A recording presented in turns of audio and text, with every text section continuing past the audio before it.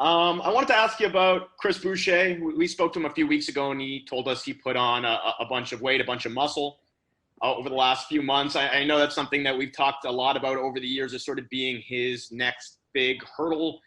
Is it something that you've noticed play out in camp, and how much of an impact has that made on the way that he's been working out? Well, he was good today, man. He was as good as he could be today. Um, he just all over the glass and running hard and was making shots today and really blocking shots. So he looks, again,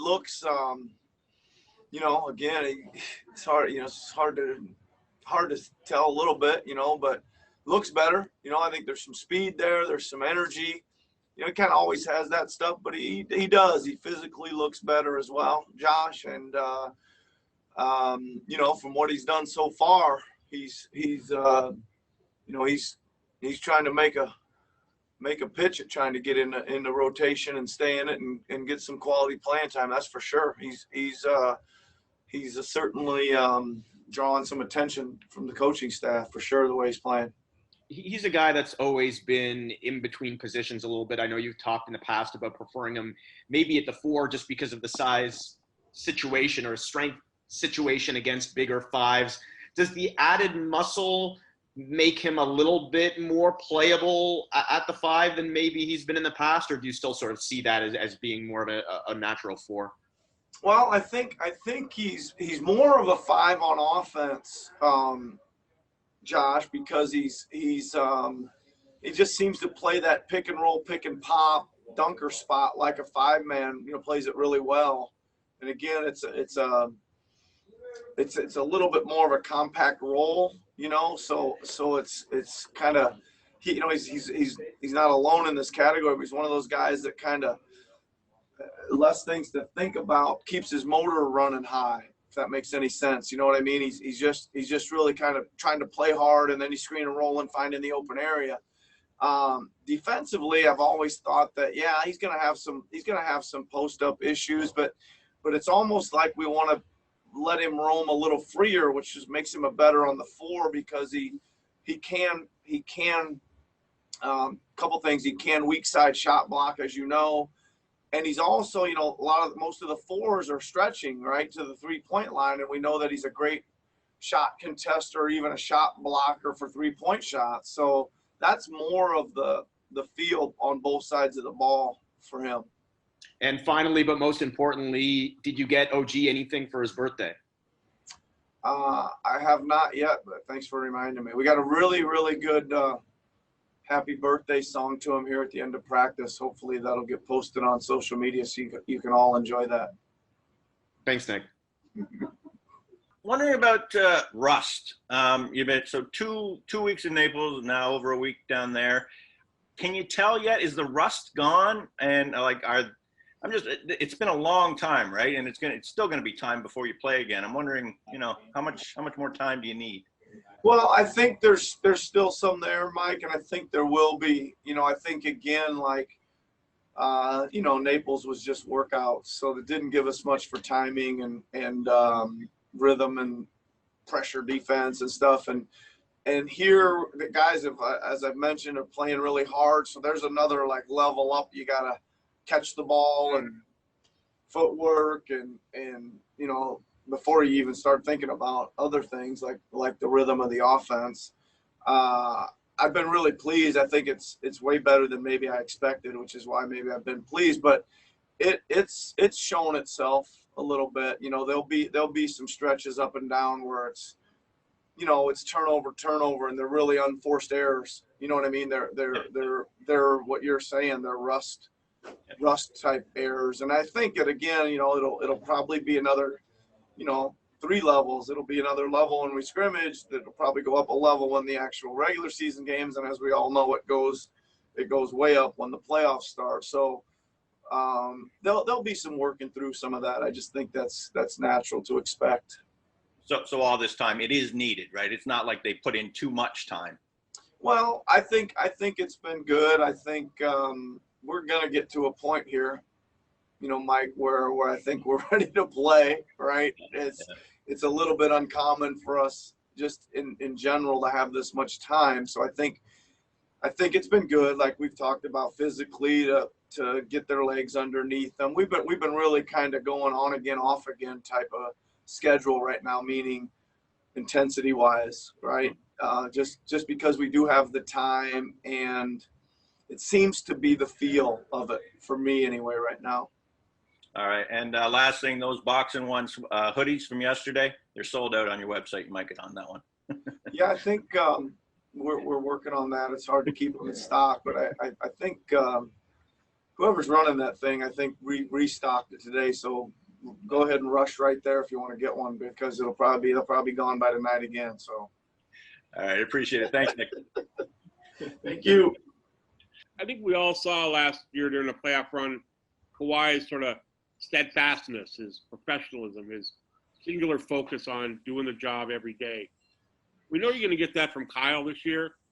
Can you replace that, or who do you think steps to that kind of role where strength of will carries other guys along?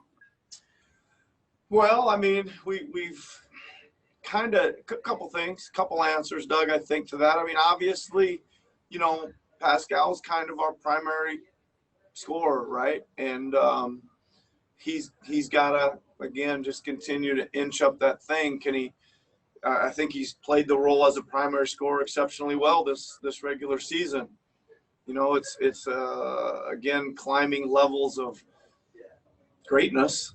You know, as a player, you know, can you do it in the playoffs? Can you do it for a long extended playoff run? That's kind of my first answer, right? We've you know, I say we slot Pascal into Kawhi and OG into Pascal and that. But my second answer is this, which I like a little better. I really think that the opportunities on offense have really been shared by a number of guys, from Pascal to Kyle to Fred to Serge to Mark, and I think there's many more guys that are capable, have shown they're capable this regular season to make the play when it's there. You know, I mean, I would be the first to admit that they were deferring to Kawhi a lot in the playoffs or whenever, right? And rightly so. When you got a proven closer like that, there, you know.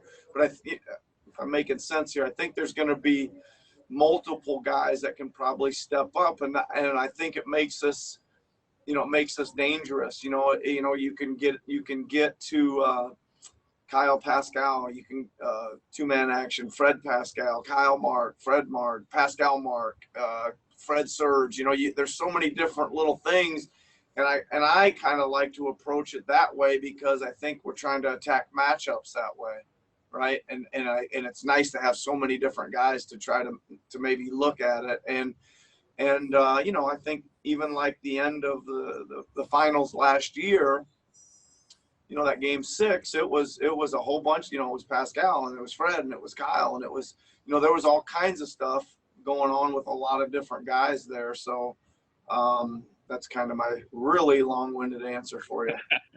That's okay. I got to transcribe that one. That'll be fine. Just one follow-up to that. Where do you see Fred's role in all of that? He seems to be the leadership kind of guy. Like, hey, get on my back. I'm going to make a play. Screw it. We're just going to make the right play. How do you see him sort of evolving this year in that role in the playoffs? Yeah, I mean, that stuff, you know, when it's coming down in those games, Doug, where you're trying to figure out which way to go and who to do it, you know, you need a bunch of guys out there that are kind of on the high level thinking same page, right? And he's certainly a part of that. If he's not involved, he's certainly an organizer, getting it all orchestrated out right. And he also a guy that's going to suggest, you know, make good suggestions on things too about, you know, what he feels, you know, a couple minutes to go in the game. And you know, so again, he's you know, IQ way up there, great late game player, clutch shooter, got a lot of ice water in his veins, man, late in the game. Thanks very much, Nick. Appreciate it. But I wanted to ask you, Quinn Snyder had mentioned earlier today that all of the head coaches had a meeting last night about racism and social injustice. And I just kind of wanted to talk to you about it. Like, were all the coaches, I'm assuming it was in person, but maybe it was via Zoom, just kind of what was said, what you guys got out of it, and just as leaders of your teams, you know, just what directions you think, you know, you guys should be going in, just to help your players kind of navigate what they want to do as well. Yeah, so first of all, well, it is a Zoom situation, obviously, because not all 30 coaches are here. And it was late at night because we had to wait for everybody to get done practicing. But just some more updates on things we've been doing. You know, there's a real strong voter push. Most of the coaches are working hard in their cities. You're going to see us come out with a PSA here probably tonight or tomorrow with most of our team about how to register as a U.S. citizen living abroad, obviously, because we all live in Canada, so we have to absentee ballot. You'll see that come out here shortly from our end. There was, you know, again, some conversation about what the coaches are going to wear on games, and that. There was also, you know, some good mention about things like this, you know, like making sure, again, we're messaging at a press conference. We were talking about getting some more messaging. There's a calendar we discussed about, again, using our daily press conferences, you know, kind of in groups or a schedule to make sure we can keep conversation going. Lots of other stuff too. I just had a quick meeting with the team right here today to remind them that we're a week away, you know, from a scrimmage game, and 2 weeks away from being on ESPN against the Lakers for real. And that, you know, any ideas, thoughts, concerns, we've got a little subcommittee that Kyle, Fred, and Mark Gasol are on. So it gives everybody a forum to take ideas and action plans too. And then it comes to our other subcommittee that myself and Bobby and Masai and Pat Matumbo, one of our assistants, Fabulous Fenoy, another one of our assistants, Ray Marie Rassant, who works in our front office. We meet every week as well. And again, just trying to keep not only the ideas going, but plans of action and get them executed, because it's getting close to time. Yeah, I know that was one of the concerns that the players had about coming back. They didn't want to take away from what's going on in the country right now. It seems like the conversations and the actions are continuing, at least for the Raptors. Yeah, we hope so. Again, I think Lisa, you know, the message I gave the guys today is like this stuff is awesome, right? Our buses and the messaging and the coaches wearing pins and the floor, you know, backs of jerseys. It's awesome. But we've got to remember that when we started all this, that we were looking for some concrete, long-lasting change and really impactful things. I think that's, again, the voting's a huge one, but other really impactful things that are happening. You know, again, the Raptors we've just hired at the vice president level somebody, and we also, MLSE has got a job open for a vice president. I'm good. And Nick, just go back to one thing you mentioned. I know Bobby is there. What kind of resource is he, and how's he sort of been helping everybody through this process? And is he someone you lean on to get through a very trying, weird kind of time? Well, he's an outstanding resource, Doug, as you know, incredibly bright and really enjoyable to be around.